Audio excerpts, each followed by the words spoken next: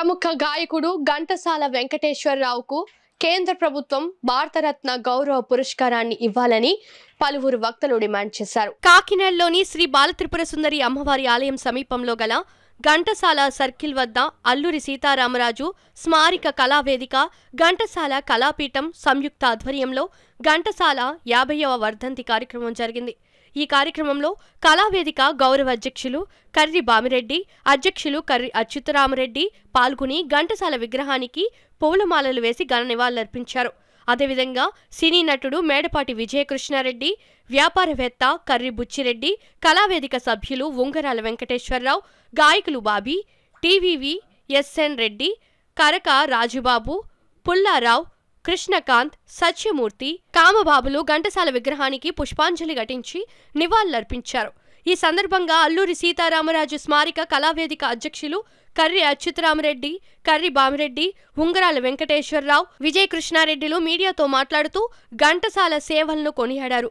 ఈ కార్యక్రమంలో కళావేదిక సభ్యులు టీవీవి రెడ్డి, బాబీ, ఎం రామకృష్ణ, ఎం సత్యనారాయణ తదితరులు పాల్గొన్నారు.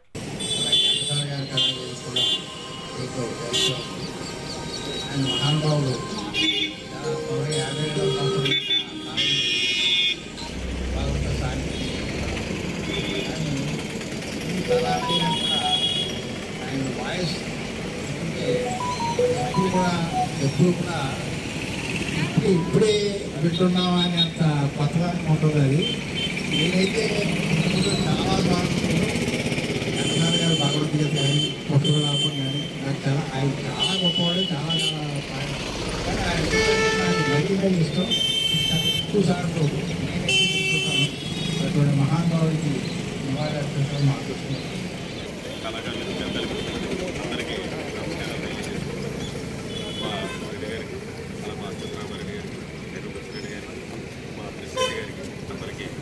నమస్కారం తెలియజేసుకున్నాను.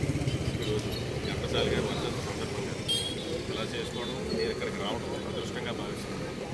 మంచి గాయకుడు ఘంటసాల గారు, ఆయన మర్చిపోలేని వ్యక్తి.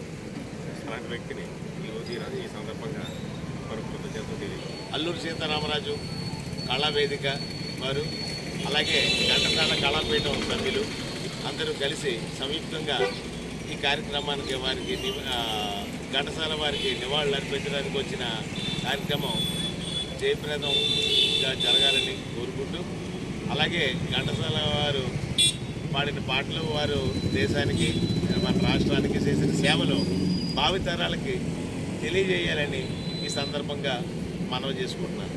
అలాగే కేంద్ర ప్రభుత్వం వారు రేపు మన కేంద్ర మంత్రి గారు కృష్ణారెడ్డి గారి ద్వారా హైదరాబాద్లో ఘంటసాల కళాపీఠం ఏర్పాటు శంకుస్థాపన చేయబోతున్నారు. ఇప్పుడు ఈ మధ్య భారతరత్న ఇచ్చారు, పివి నరసింహారావుకి ఇచ్చారు. ఆ విధంగానే మన వెంకయ్యనాయుడు గారికి పద్మవిభూషణ పదవులు ఇచ్చారు. ఆ విధంగా చిరంజీవి గారికి ఇచ్చారు. కానీ ఎంతో గాయకుడు, మధుర గాయకుడు, ప్రపంచవ్యాప్తి చెందిన ఘంటసాల గానం వినందే ఎవరో కూడా నిద్రపోని పరిస్థితుల్లో ఆయనకి భారతరత్న ఇవ్వాలి. భారతరత్న ఇచ్చి తీరాలి. ప్రభుత్వం నరేంద్ర మోడీ గారు ఇచ్చి తీరవలసిందే. ఎంచేతంటే గాయకుల్లో అంత మధురమైన గాయకుడు ఎవరూ లేరు. అటువంటి గాయకుడు ఇవ్వాలి. సినీ పరిశ్రమ నుంచి కూడా మనకి వచ్చారు. ఆ విధంగా మనందరం కూడా చాలా సంతోషించాం.